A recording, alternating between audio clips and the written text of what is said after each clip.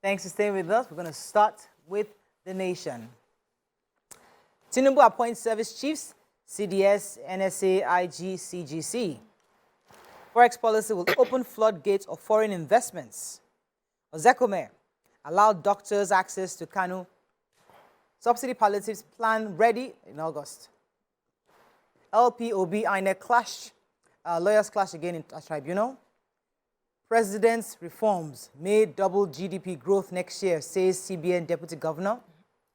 President for Global Summit in Paris. And Adebutu's response struck out.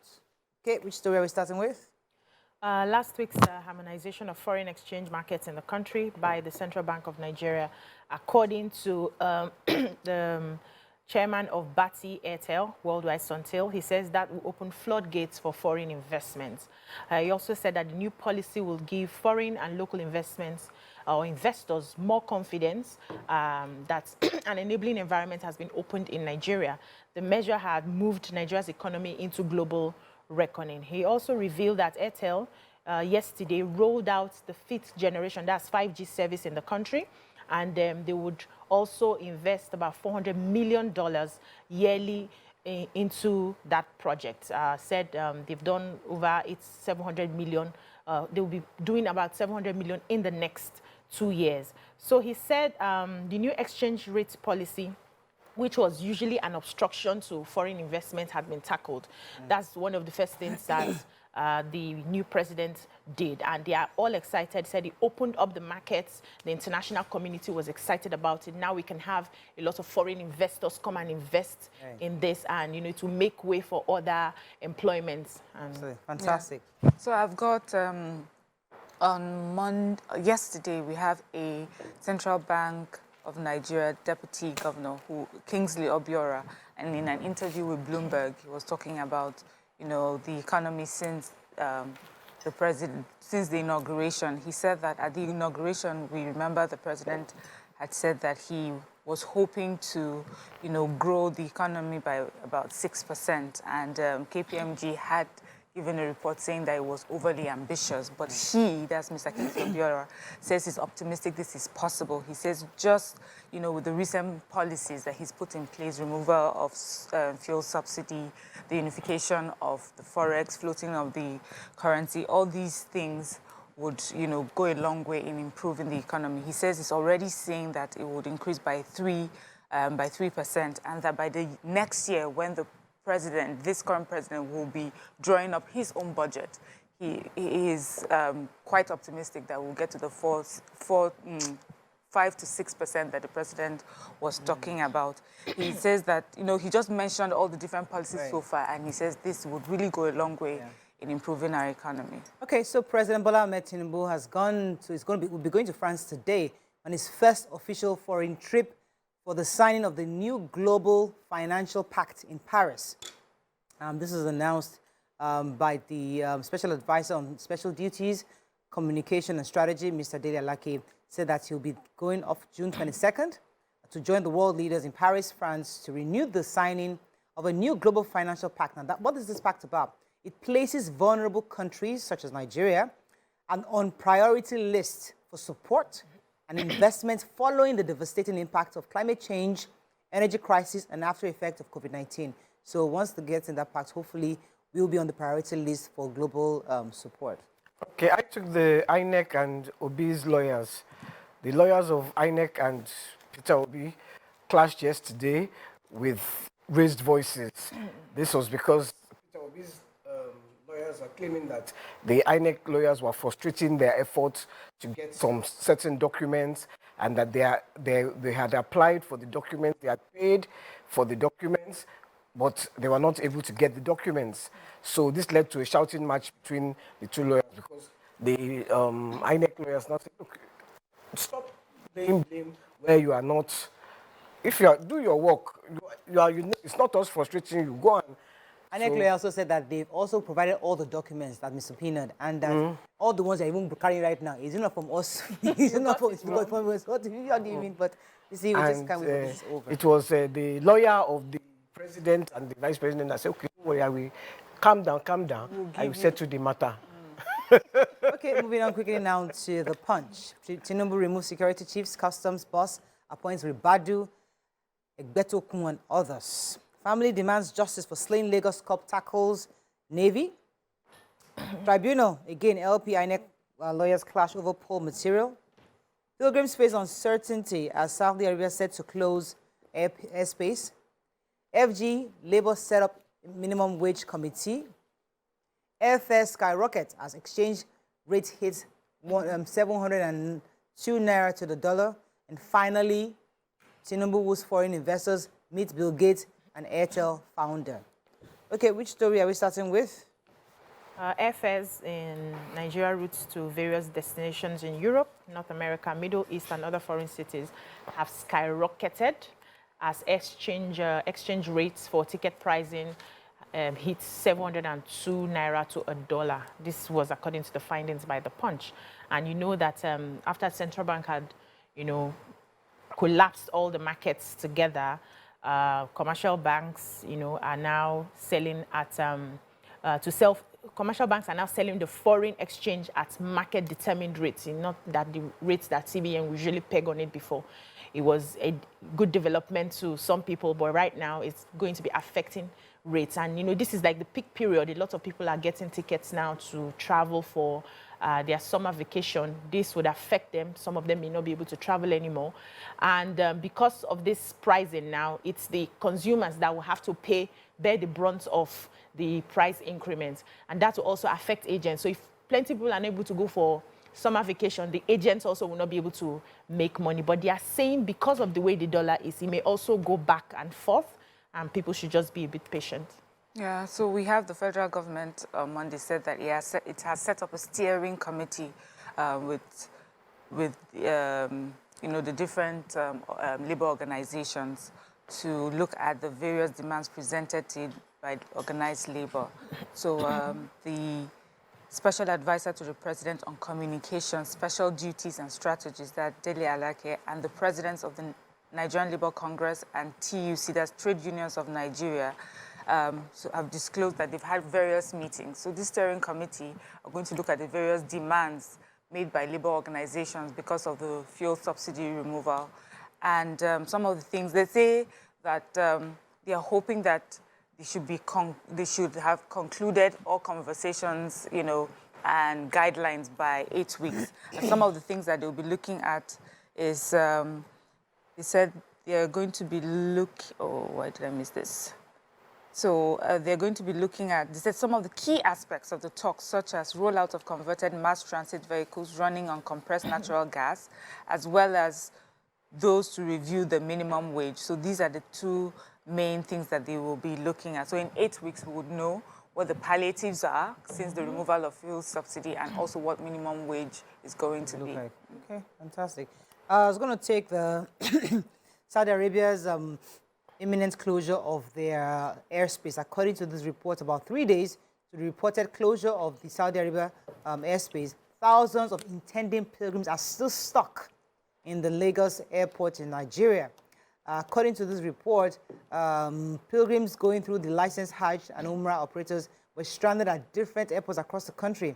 Flight delays by Arik Air affected a number of pilgrims. The airline announced on Monday it was set to airlift pilgrims, although others have said that the report also claims that out of the 73,000 who were registered, 62 have already been airlifted, and they have about 10,000 left to leave. But they're quite worried because if Saudi Arabia closes the airspace, it will be quite difficult for them to, and many of them are sleeping in the airport. This is so unfair. I think one of the things we need in this country is proper organization. We do it at parties, traveling. We are not organized. We just frustrate each other. There are ways of doing things. Either you provide hotels for them, provide them some kind of stipend or something for them to be okay. It's just very unfair. But I hope the next few days they're able to get back. Yeah. Let's go on a quick... Okay, I'll take it off. We're going to a quick break. When we come back, we continue with our review. Stay with us. We'll be right back. Thanks for staying with us. All right, so Waike, you had a story? Yeah, the family of the slain police officer that are asking for justice. The man, Hezekiah Abiona, was on a checkpoint, was at a checkpoint when he stopped the naval officers who are in Mufti. the naval ratings, Onyekachi Egwin and Nnamani Anointing. He stopped them, and then they started fighting, and in the fight, he was stabbed and he died. So they arrested them, but nothing has happened. Since December 3rd, nothing has happened. They haven't received any visit from the Navy. No. This is the Nigerian Navy. Yeah, Nigerian Navy, you know, and they were police. He was a policeman. The mother has 5 kids, and all of them are young, except the first one who is in Taisularin University, and they're just begging that, please. Yeah, justice. Justice, please. Okay, any other story in Punch? Let's move on quickly now to Daily Sun. Hurricane Tinubu sacks and names service chiefs. IPOB alleges plots by Southeast politicians to abduct its leaders in diaspora. INEC Amazon engineer clash on non-transmission of results. Abia North, Kalu lights up 48 communities. IBB, Abdusalami, Jonathan, Atiku, Obi, others eulogize Dokwesi. Drug war, over 31,000 arrested, over 5,000 convicted, 6.3 million kg drugs seized in 29 months, says Marwa. ASUU tackles FG on student loans, and Tinubu to attend Global Financing Pact Summit in Paris. Okay. I can do ASUU? Go ahead, please. Yes, so the Academic Staff Union of Universities, ASUU, dismissed the recently signed Student Loan Act as impracticable and unsustainable. We know that the President Bola Tinubu, signed into law the student loan bill on Monday, June 12th, in fulfillment of a promise he made in his campaign.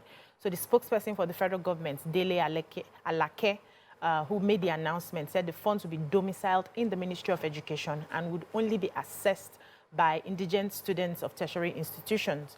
They also said that the beneficiaries of the loan will commence repayment after 2 years of completing the NYSC. But the ASUU President, Emmanuel Osodeke, said the condition to access the loan was not sustainable. 90% of Nigerian students will not be able to meet those stringent requirements to access the loan.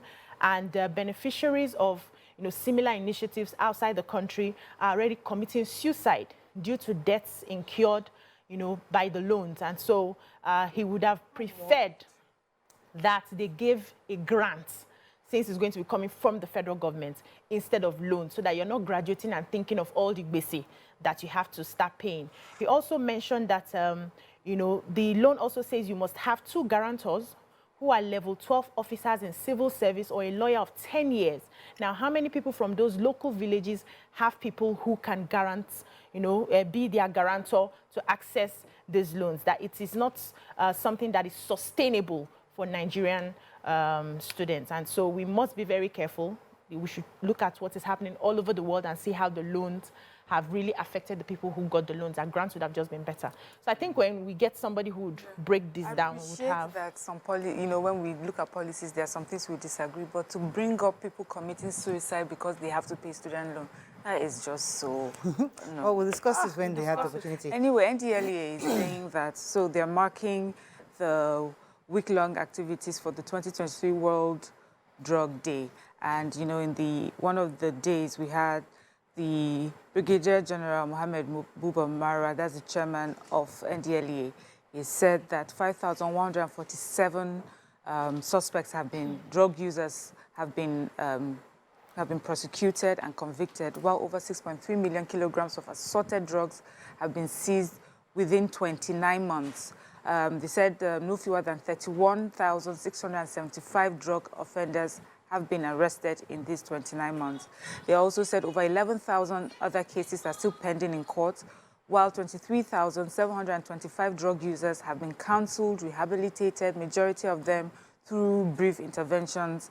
And, he says that they are working, that there are 2 parts for this drug war. There are 2 sides. There's the demand side and there's supply side, and they're working really hard on the supply side, meaning while arresting these drug pushers and mules and drug barons. But there's also the demand side, people who are, and that needs psychotherapy, needs counseling. So that's another part that they're working on and investing largely on.